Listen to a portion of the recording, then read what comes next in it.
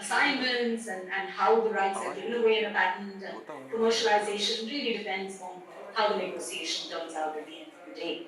So it really depends. You can say as the inventor that I don't want to assign it. I always want to remain the owner of the patent.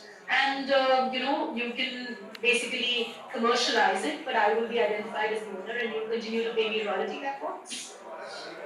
And our last question is a patent valid in all countries or only in India? Yes, can I see some imaginary hands there? Like I said, it's territorial. So if you file under the Patent Cooperation Treaty, you could extend protection to multiple countries, but at the end of the day, you would have to file in each of those countries individually. So yes, patents, like all other forms of IP, are territorial. This is a message which I will be reinforcing in the course of my further slides as well.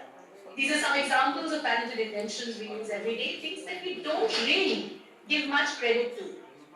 I'm sure those of you who have idli for breakfast every single day have never thought about the fact that that idli maker